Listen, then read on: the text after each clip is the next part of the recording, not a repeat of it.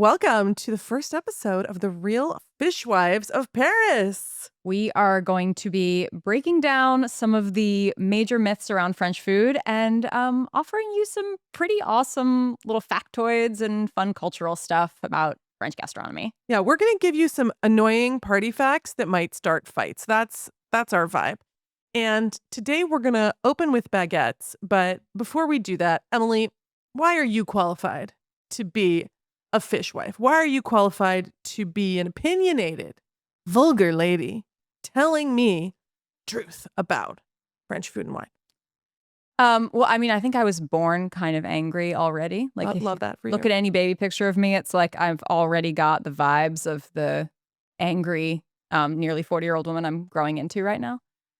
But I've also spent the last almost 20 years of my life working as an investigative journalist on all things French gastronomy. And I love pissing off French people. So if I can figure out that some kind of myth they're telling everybody about their food is wrong, I'm very happy to throw open the box on that and show everybody the maggots that are lying underneath. Oh, now we need to find some cheese that has maggots in it. I bet there are some, but that's for a later episode. That's for a different podcast. No, that'd be a different episode. Caroline, what are you doing here in France? How long have you been here, and what's your vibe? Well, I've been in Lyon now for 7 years. I know that is short compared to your 18 years in Paris, but I have been in wine for almost 20 years and am the owner of Lyon Wine Tastings. We do wine tastings in English for tourists, but I've also been a longtime fan of French cuisine. I even actually did the Cordon Bleu cuisine diploma many, many, many years ago. Fancy. I think between the two of us, we can tell some pretty interesting stories about French food and wine and get to the heart of it. What really happened? What's the real story? And is everything that we think is French as it seems? I mean, I think that's exactly right. And I think what's amazing about living here is that everybody cares so much about their food. And we care too. We care a lot. We love France and we love living here. And I think one thing that we've always bonded over is, finding some awesome, great traditions, some amazing chefs, some amazing producer. And often these fantasies that we have, whether we're abroad looking at France or in France with the French, are less interesting than the truth.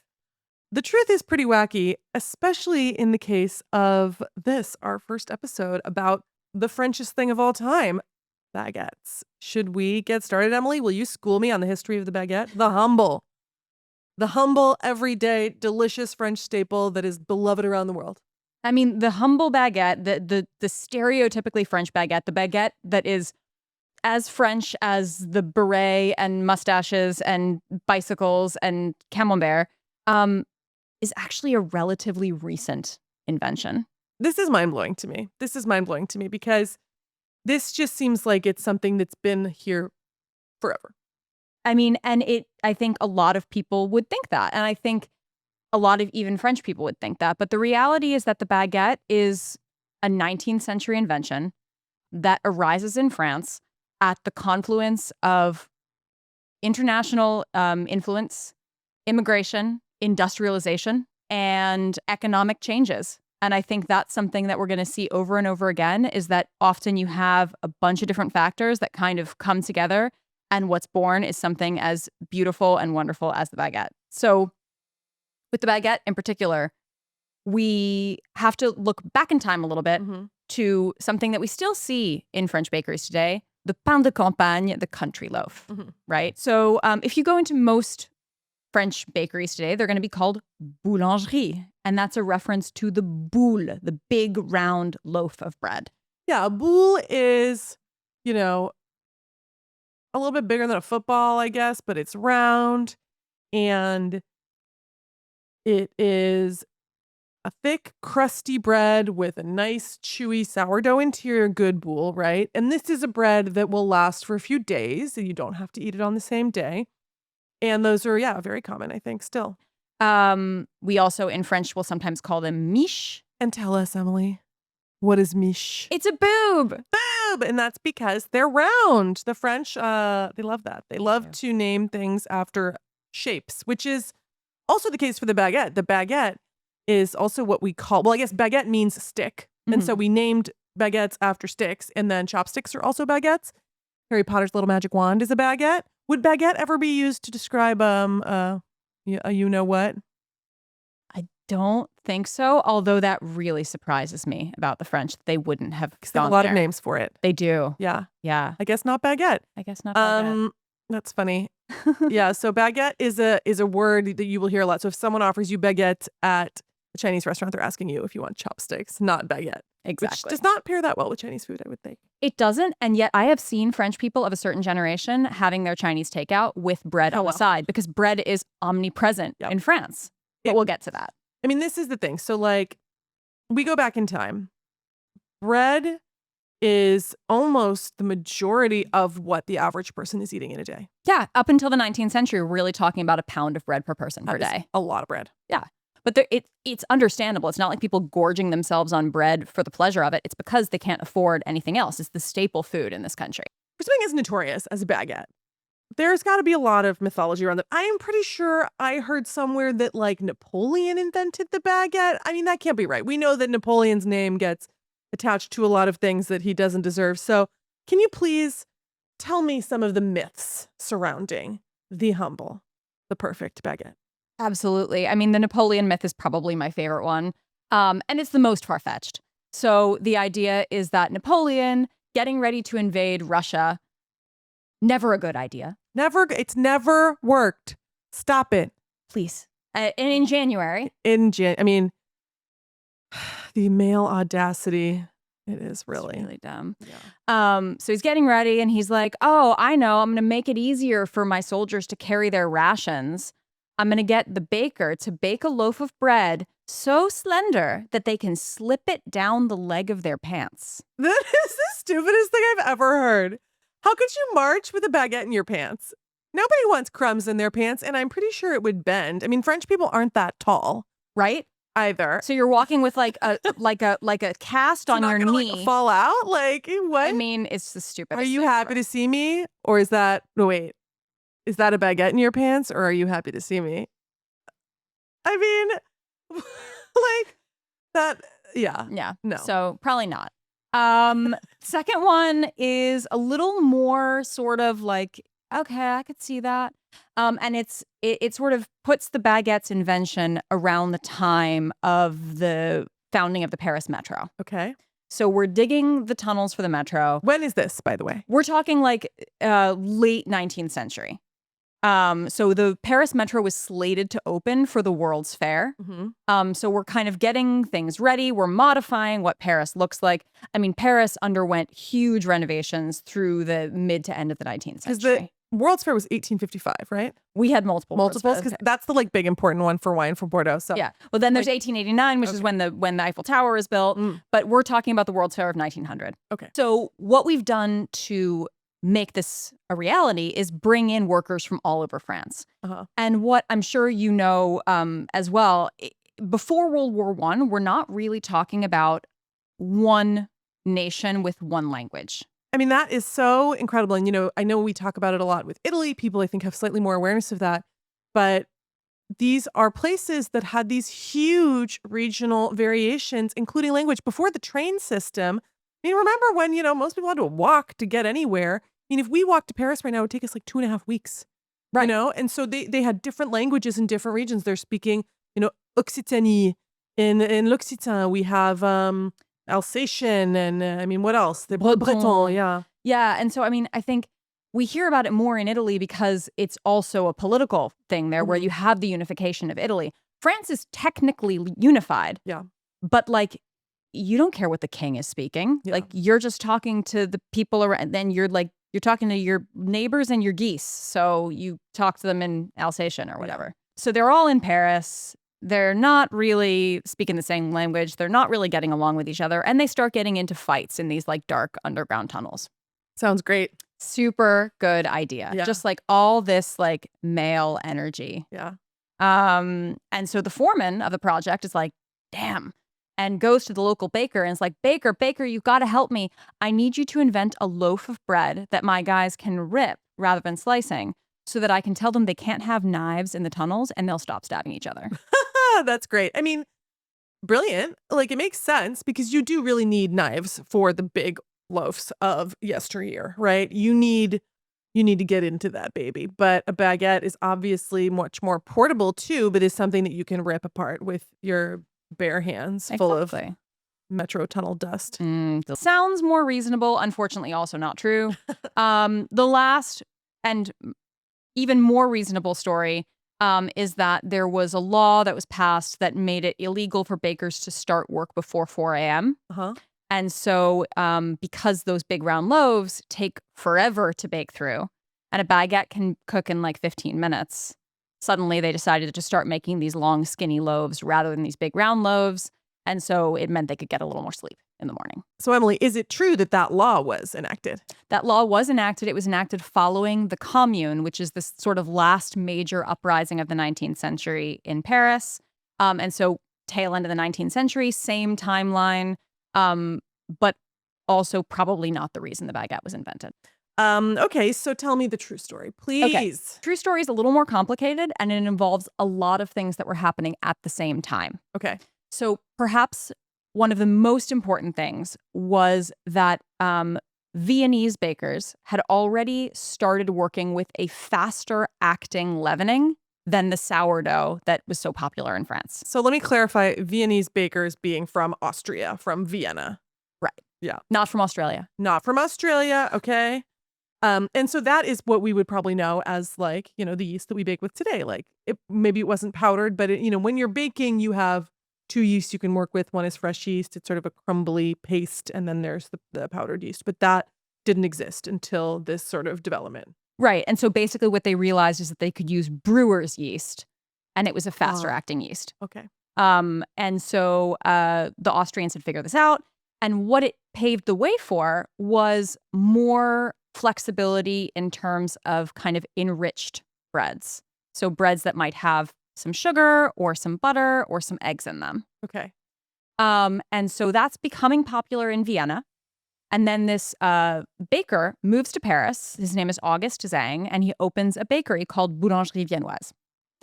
And one thing that I always think is really funny is that a lot of people, French or otherwise, seem to think the French have this like fierce pride in protecting their food and they don't want any outside influence. And what actually happens is the French appropriate the hell out of things and then they just very quickly pretend like it was always French. They forget.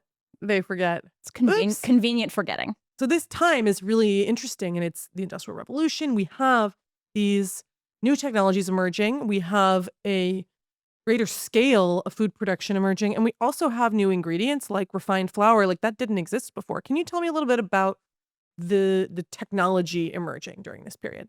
Yeah, absolutely. So not only do we have faster acting yeasts, we have more refined flours coming in from Hungary. So a blend called gruau, which is a super fun word to try and say if you're just learning French. Gruau. Yeah, sounds like gruel. Gruau. Choke on the R.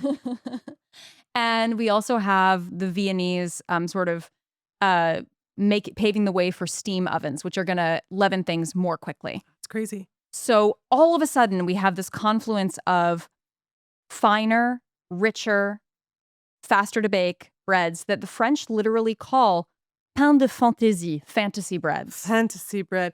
I'm laughing right now because you just did it. You did it again, where you use a French word in English that we would never use, confluence. And that's like such a French way of saying, obviously it is an English word, confluence of like when things meet, but it's such a French way of saying it. And when you've been here for too long, that's what happens. And I do it too. Like, there's definitely some words that are words in English, but we don't use them in the same way. And then I find myself doing it in English and I'm like, I've been here too long. Yeah. I know my sister is going to get really mad watching this podcast because I'm always doing stuff like that. And she's like, in the bus? Really? Were you in the bus? That's so funny. Were you in the train? You were in the train? That's hilarious. I'm going to call you out. Please do. Call me out. I won't change anything, but I like being called out. Yeah. Well, we're vulgar fishwives, so we must. I think one thing that is worth explaining a little bit about bread baking. And so I, like many of us, was a pandemic sourdough bitch and failed completely. I tried it like 4 times, and I think at the last time it was like okay. I only made sourdough discard crumpets. Perfect. Yeah. I think it's not that hard if you're good at it and you get into the rhythm of it. But like bakeries were still open, so there was no reason. But refined white flour behaves very differently than whole grain flours or than higher protein flours. The thing about the gruau, I imagine, is that it was probably a softer, lower protein flour. And so that would have required a different way of working as well. And so we're talking about essentially, the French or an Austrian version of like Wonder Bread. Like this is an industrial product. Yeah, it's light, it's white, it's fluffy, and it's when we call it a fantasy bread.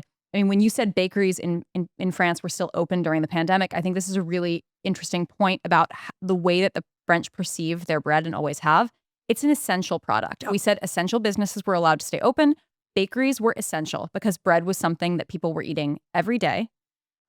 Whereas a fantasy bread was not. A fantasy bread was something that you got if you had money and you didn't need the nutrients in your whole grain flour. You were eating it because it was delicious. Well, and it must be said, in this smaller shape, in this thinner form, yes, it's quicker, yes, it's lighter, it's fluffier. It also goes bad much more quickly. Baguette is not good the next day. It's not even good the same day sometimes. Yeah. And I'd say like 4 hours you've got to eat a baguette. You have a much shorter window, whereas the traditional, sourdough leavened breads can last for days. Yeah.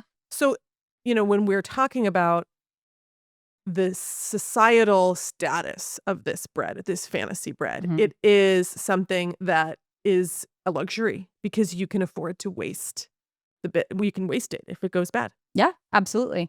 When did the baguette go from being a fantasy to being normal? The very first time we actually see the word baguette isn't until the beginning of the 20th century. Okay. And it's starting to become normal. And then we have a period of great austerity in France. That's going to change. I mean, I think we'll see this coming back again and again and again. Is going to change the way the French eat, drink, produce food forever, which is the period of the 2 world wars. Yeah. There's very heavy rationing going around. And specifically when you look at urban centers in occupied territory, of which Paris is one, you're going to see people who don't have a lot of access to food at all. And so specifically when it comes to bread, this is going to mean a couple of things. First of all, we're going to stop making white bread because it's wasteful. To make white bread, you get rid of the germ outside of the grain of wheat. That's where a lot of the nutrients live. If you get rid of that, you're feeding fewer people. Oh, that's interesting. It's like we take it for granted completely. Totally. Yeah. So you're going to have breads that are not only made with the whole wheat grain, they're also going to be reinforced with other stuff you've got lying around. Like, okay, hit it. I mean, some of it's okay, like acorns, Okay. chestnuts, Okay. but also like sawdust. Ah, delicious. Fiber rich. Mm-hmm. That's fun on the digestion. Yeah, I bet. And so it's going to change the way that bread looks. And what's going to happen during the war is that we're also going to have industrialization making it easier to feed soldiers. Mm-hmm. And the byproducts of those developments can be perceived in the food systems of the United States, of France, of other countries following the end of the war. So, really familiar example in the US. Shelf-stable canned soup. Okay. Developed for ration packs. When the war is over, the companies are like, ooh, what do we do with this technology? I know. Cream of chicken casserole. Yeah, sell it to the housewives. Mm-hmm. So, you grin through your pain and make yourself a casserole, and it's, easily replicable. It's always going to be the same. And the powers that be basically tell women that this is what they should want for their families. Mm-hmm. In France, something similar happens with bread. We've industrialized a method of making fast leavened bread that has emulsifiers and stabilizers in the dough that means that it doesn't go off quite so quickly. Mm-hmm. And so now we have extremely inexpensive bread available to everybody. And this is a period from like the 1950s to the 1980s that we call the Trente Glorieuses, the Glorious 30. And it's a time of huge economic development. Yeah. So you have much more purchasing power. You have access to inexpensive white bread. It becomes quite banal, really. to have shitty white bread. It's so mind-blowing to me how recent this really is. And what's even more mind-blowing is not only that the baguette is that recent, it's that the baguette that we know and love and buy every day in Paris is even more recent because it was invented in 1993. What? So I think the best way for us to understand that is for us to get into what a baguette in France actually looks like today. And this is something I think Americans can get really flustered by. Like, what is a good baguette? So in front of us, we have 4 baguettes. We have one that is in a sort of half plastic bag. It is pretty pale. It is pretty limp, I would say, flaccid, perhaps. This you could stuff down your pants and it would probably just bend with your leg. It is very consistent. It has the swipes, the sort of, knife marks over top. And then it has a very consistent bottom. And there's even like some perforations, right, on the bottom. Yeah. So it's got some kind of semolina or something on the bottom too. There's some sort of thicker flour on the bottom. So that is our very basic supermarket baguette. And that's something that you'll find not only in supermarkets in France, but in a lot of bakeries sold as either a standard or an ordinary baguette. Ordinary, ordinaire. Oui. Then we have, a bag of 3 different baguettes from the local bakery. We have a long and skinny one. This is the Ficelle. These have a lot more flour on them. The other one didn't shed any flour at all when I pulled it out of the bag. These ones are shed in flour. They are very uneven. The long skinny one is more uneven than the other 2, but they're rustic looking. They're rustic. Yeah, they look awesome. They're darker. They have more caramelization. They have a lot more texture. And then we have 2 more normal sized baguettes. Both of these, compared to the big floppy limp baguette, are pointier on the ends. And these also both have a lot of flour. We can see that there's actually just one slash mark that is lengthways. And we have one that is a lot paler than the other. And so that is something when you go to a bakery in France, a good bakery, you can actually ask for the cuisson. You can say you want it more or less cooked. This has, the edges of it are actually a little bit burned. Mm-hmm. But I really like a crusty, bien cuit baguette. So I'm also really up for a sort of more cooked one, although I usually would order a mi-cuit. And the French would tell you, so the French also are obsessed with their digestion. They talk about it all the time.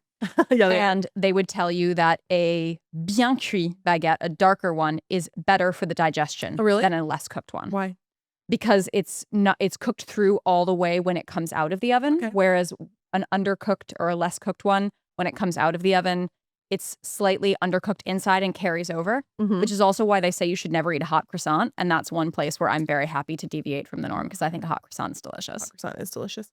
Hot baguette is delicious too. So these are pretty different. Like there is an obvious visual difference between the shitty baguette and the good baguette. Right. So and I think what's really interesting about when we look at these 3 things is that the more rustic looking baguettes that you've gotten seem more old-fashioned. Yes. And their name makes us think that because they're called baguette de tradition. Baguette de tradition. Baguette tradi. Tradi. If you want a little tradi. Yeah, you gotta say it faster. Yeah. So tradi. Tradi. So they're traditional baguettes. But the traditional baguette was only invented in 1993. Yeah, that is funny. It's this revisionist history. Exactly. Right? So we're taking the dough and the techniques of sourdough from the boule, from the miche, from the boobs, and we are applying it to this form of what is an industrial bread, was invented as an industrial bread. Right. And so the differences we're going to see as we sort of try and taste these are reflected in the fact that when the traditional baguette was invented, it was basically invented because bakers were sick of making this ordinary baguette. They wanted to do something better. Yeah. But the expectation was that the ordinary baguette was going to be cheap. Yes. And it still is. It is cheap. Yeah. It's very cheap. I mean, I don't know how much this one was. This was $1.20 and that's expensive, obviously. Yeah. You can find them for if you're in the supermarket, you can sometimes find them for 50, 60 cents. Yeah. If you're in a bakery, maybe 90 cents a euro. Whereas a traditional baguette, has no real limitations on its price. And still, I find often it's going to be like $120, $140. So how does that work? Because obviously this takes so much more time and effort. Right. The rules, so there are rules, right? Of course. So basically, this is France, there are rules. France, there are rules. Yeah. 1993, we have a law that's passed called the French Bread Decree. Of course. It's a real thing. Like this I'm not making up, right? We don't make shit up on this podcast. We don't. So the traditional baguette was invented by way of the French bread decree, which says that to use the word traditional, you're only allowed to use 4 ingredients: water, wheat flour, salt, and either yeast or sourdough starter. Okay. But the dough needs to be slow fermented. Okay. So you're in a bit of a gray area. You might be a pure sourdough. Mm-hmm. You might be using, so sourdough in French is levain. What? And yeast is levure. So you might be using levure, but you'll still be slow fermenting. So you'll still get a little bit of that sort of fermenty taste. Yeah. And that is interesting because I have seen a variety of qualities in a baguette tradie. Absolutely. And so this is the real deal. This is really good. This is from my favorite local bakery, Les Artistes. If you're in Lyon, you should go there. Let's do a little ASMR cracking these open. So I think I should start with the normal baguette that is sort of a normal cooking. I'm going to get flour all over my microphone. I'm going to just use my hands to rip it. It's beautiful. Yeah. And ripping the baguette is beautiful. We're going to look at the texture of that in a second, but I'm going to pull apart our flaccid baguette as well. There's no crunch. No. There's nothing there. It's really disappointing. Where's the joy? So let's take a look. Inside of our insipid baguette, we have not much variation between the crust and the interior. The holes are pretty uniform. And honestly, this isn't even that shitty. Like, this is the shittiest baguette I could find within a few block radius. But like here in Lyon, we have really good bread and pretty high standards. So this is not that bad. It is pretty spongy inside. Very uniform. It smells like white bread. I mean, it honestly, it tastes fine. It's just like, I'm such an almond mom when I say this. It's like not worth the calories, you know? There's nothing special about it. But our big baguette, or our traditional baguette, and actually I'll rip off a bigger piece so we can see this. Oh, you can really see that it has a visible difference between the crust and the interior. There is a much more open crumb. It's much stretchier inside. When you open it up, it has much bigger holes that are less uniform. It smells like yeast, and it smells like beer almost, and it has a really nice crust. It's very toothsome. It has that really satisfying glutinous chew, you know? Yeah. That I really love. I mean, this is a really serious baguette. And so you've quite naturally done what a team of experts does every single year in Paris in April, ever since 1994. So 1993, this baguette is invented. 1994, we start having a contest to see who's making the very best traditional baguette in Paris. And we judge, as always, a baguette on a rubric, a scale of 1 to 4 in 5 categories, which means your final potential points are 20. Okay. But this is France, so you can't get 20. 20 is for God, okay? 20 is for God, 19 is for the president, 18 is the highest mark anyone can get in France. Exactly. And so you're going to judge it basically based on, so the crust. So this exterior, is it golden? Is it beautiful? Is it, is it even? I mean, this, I like it personally with the sort of burniness on the outside of the well-done baguette. You wouldn't submit that, though. But you wouldn't submit that. Also, when you submit for the contest, you have to have 3 perfect slash marks. Okay. Often you'll get 1 slash mark on a traditional baguette just on the day-to-day because we're too busy for that. We're going to do 1.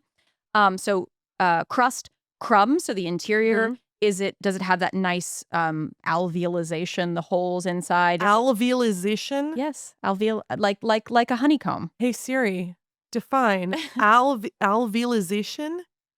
I think it's a word. I believe you. I mean, now I want to look it up, but so you have these nice big holes. You have like that almost creamy kind of lactic crumb. Smell. The smell. Taste. So good. And this is France. aesthetic. Is it beautiful?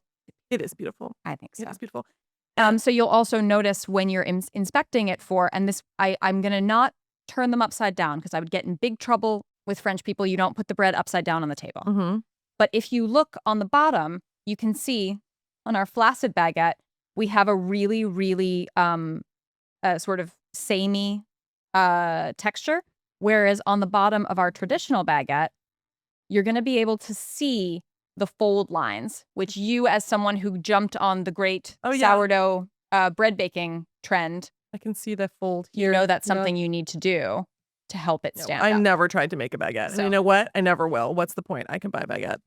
So the ordinary baguette is also sometimes called a molded baguette because it's baked in a mold. Okay. Whereas a traditional baguette is free baked, and that's why you need to be able to fold sort of the edges of the dough underneath to help it support itself. It's not actually an easy bread to make. No. It doesn't make sense to fold dough this way. One other thing that I think we're doing in a very French way is also the way you eat it. You literally can socially acceptably rip off chunks of baguette. It is okay to use your hands, and you leave your bread on the table. Yes, you do. We don't have bread plates in France. We don't put our bread on our plates. No. And in France, this always shocks Americans because obviously we do have the best butter in the world. We do not typically serve baguette or bread at all with butter at a restaurant. You know, you will get it occasionally. I see it at Michelin star restaurants when they have some really fancy butter and some really fancy bread, and it's almost like its own course. Yeah, they call it the bread service. Yeah. Don't fill up on the bread service even though you want to. I am telling you from experience, it's a bad idea. Yeah. So as an American, if you come to a French restaurant and you don't get bread until your main is served, they haven't forgotten about you. They're bringing it to you when it's designed to be brought to you because your bread, the fact that it's served with your food and sits on the table, shows the fact that culturally it's perceived as a utensil almost. It's for sopping things up. It's not for filling up on. Right. Although it's hard to have this. I was about to put that in my mouth. I know I shouldn't be eating. I mean, I'm really tempted into to do the it. mic, but and I have to admit that I am I know you're an almond mom about this, but I'm a lover of shitty baguette. Like, I won't buy it, but if somebody gives it to me or if I get it in a bread basket, I'm kind of thrilled. Oh no. If I get crappy baguette at a restaurant, I'm judging them. It depends on where we are. If we're in the middle of nowhere, and this again is something like, even though we have this mythology around this being a traditional thing, in the countryside, there is not as much possibility for great bakeries because the community with fewer people can't support it and they just need the cheap bread. And so it is harder to get good bread in the countryside. So if I'm at a restaurant in the countryside and they give me shitty bread, I will accept that. But if I am anywhere near a city and you're giving me a basket of styrofoam baguette, you're not good, I don't like you, and I don't want anything to do with it. I am judging a restaurant by the quality of its bread, 100%. And I think we're seeing kind of the French are almost falling out of love with the baguette. They're not eating as much bread anymore. They're buying more of these sort of country loaves. They're going back even further beyond the traditional baguette, back to the country loaves that they were eating back in the 19th century. Mm-hmm. They're buying less bread, but they're buying better quality bread.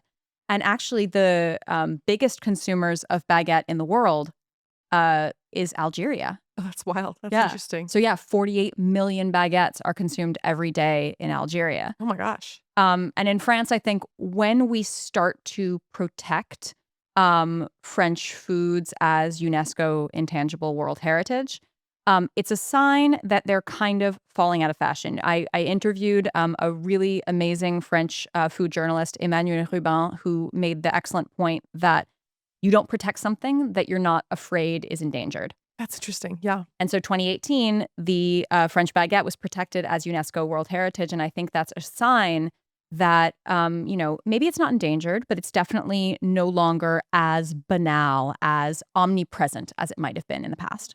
That's really interesting. And it is true that I do not buy baguettes very frequently. If I buy bread for our home, it is more often than not a baguette. Yeah. And I mean, there was an ad campaign in France a few years ago that was kind of similar in vibes to like the Got Milk campaign. And it was, Coucou, t'as pris le pain. Hey, did you pick up the bread? Because this idea was that on your, the typical French person for years would have gone to the bakery twice a day, every single day. Once first thing in the morning and once on the way home from work to make sure that there was bread for breakfast, lunch, and dinner. Yeah. And most French people don't eat that way anymore. Bread is more of a special occasion luxury, almost like our fantasy breads, than it used to be when it was sort of omnipresent. Well, this has been so interesting, and I think we are probably going to touch upon bread in many different ways, but this was a very cool way to introduce exactly what we are about as the Real Fishwives, which is taking something that you thought you understood and actually Making a big mess out of it. Making a big mess out of it. Making a big mess out of it and leaving you with some pretty interesting factoids. I don't hate that word. I'm not going to. And leaving you with some pretty interesting crumbs. Oh, I'm well sorry. done. We are the Real Fishwives of Paris, and so are you. Join us for our next episode, and we'll see you real soon. À bientôt.